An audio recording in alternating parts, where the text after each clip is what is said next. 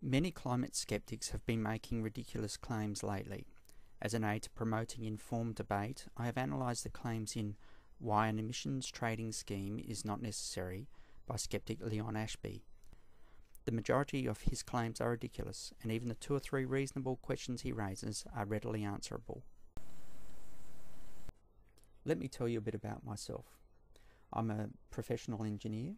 I established the coolmax.com.au website in 1997, making it Australia's oldest and premier independent website on energy saving in the home. I'm on a Standards Australia subcommittee, and I wrote the book House Taming: How to Reduce Greenhouse Gases in Comfort. I propose to talk about examples of tricks used by climate skeptics, why we should have an emissions trading scheme, and what you can do about it. First of all, let me talk about tricks often used by climate skeptics. When arguing that the benefits of an emissions trading scheme are small, they tend to use the lowest estimates in the reduction in carbon emissions, which are then associated with the lowest carbon reduction targets. Yet when they argue about the cost of a trading scheme, they use the highest estimates of likely carbon costs. Comparing the costs of a high reduction target with the benefits of a low reduction target is completely misleading. Leon argues that because CO2 is needed for life, it is not a pollutant. But anything in too great a concentration is a pollutant. In this context, if the concentration is great enough to cause an unacceptable change in climate, then yes, it is a pollutant. Leon argues that Australia's emissions trading scheme will have no effect on greenhouse gas emissions. He does his analysis assuming Australia is the only country reducing greenhouse gases, whereas in actual fact real commitments to reduce greenhouse gas emissions have been made by most countries and now cover over 85% of emissions. He uses the erroneous arithmetic detailed in the previous slide, and he uses the 5% commitment by 2020, which is not relevant as the long-term expectation is that all nations will reduce emissions to an equivalent of around 2.5 tonnes of CO2 per head. Australia currently emits about 26 tonnes, requiring a long-term per capita reduction of about 90%. Leon claims it will cost $4,550 per taxpayer. Leon claims it will cost $50 billion per year for 40 years, based on a report from Frontier Modelling. However, check the original report. It gives $121 billion over 20 years, or approximately $6 billion per year, i.e. 1/8 the value claimed here. When you do the numbers, the Frontier Modelling report suggests it will cost $283 per person per year, or less than $1 a day per person. This cost is definitely affordable. Leon likes to use short time scales to reach erroneous conclusions. There are many factors which influence temperatures, including many that cause short-term fluctuations. Even if there is an overall rising trend, you'll get some short periods when the trend is flat or even down. To get a meaningful understanding, you need to look at periods of 50 or 100 years. Leon claims that the trend in the last decade was flat. However, it has been shown that it was the hottest decade since records have been kept. Leon claims ice core data doesn't support global warming. The Vostok ice core data shown here shows there is a link between CO2 and temperature. Because of the feedback loops, rising temperatures can increase CO2, or rising CO2 can increase temperature, as is happening at the moment. He claims Miskolc's paper, Greenhouse Effect in Semi-Transparent Planetary Atmospheres, means CO2 will not affect temperature. Past climate changes caused by natural events have triggered greenhouse gas releases which have increased both CO2 and water vapour, while he argues that as CO2 increases, water vapour reduces.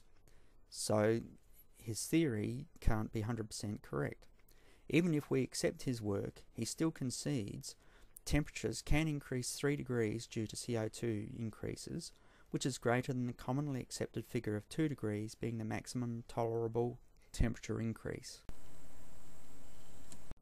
A good way to make cutting greenhouse gas emissions seem unattractive is to overestimate the cost. Leon quotes a report prepared by the Business Council of Australia, which he uses to give the impression that 4 out of every 14 businesses will close. But he uses a high value of $40 per tonne, without compensation.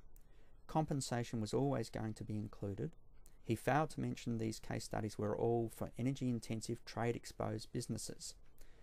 Other businesses will only be significantly affected if they fail to make adjustments early enough. Even with these EITE businesses, the Business Council was arguing for a change in the scheme, not abolishing it. In fact, substantial changes were made to the scheme following this report, so the conclusions do not apply to the current proposal. Claiming that Australia's economy will be like Cambodia's is ridiculous. Let's keep the debate meaningful and ignore stupid claims like this. Let's wrap up on the tricks often used by climate skeptics. First of all, claims denying that man is causing climate change are either valid questions overemphasised or meaningless. Claims about the costs of an emission trading scheme typically use the highest estimates of carbon cost, giving an artificially high cost. Claims about the ineffectiveness of action typically use the lowest estimates of carbon costs and reduction targets, and hence show a small benefit, and often assume only Australia takes action, when countries producing over 85% of emissions have committed to reductions. Now let's consider why we should take action. First of all, the cost of not taking action is likely to be far higher than the cost of taking action. Secondly, most proposed actions have other benefits as well, and an emissions trading scheme is insurance for our planet. Firstly, the cost of not taking action is likely to be far higher than the cost of taking action. The report, Australia to 2050 Future Challenges, estimates an 8% reduction in Australia's GDP by 2100 if no action is taken. Coastal flooding is going to occur as sea levels rise. As significant numbers of Australians live very close to the sea, this will have a major impact. Increased droughts in much of Australia, particularly the southwest and southeast, and more bushfires. Furthermore, we can look to more frequent flooding due to extreme rainfall events, particularly in the northwest of Australia. We can look forward to more storm damage.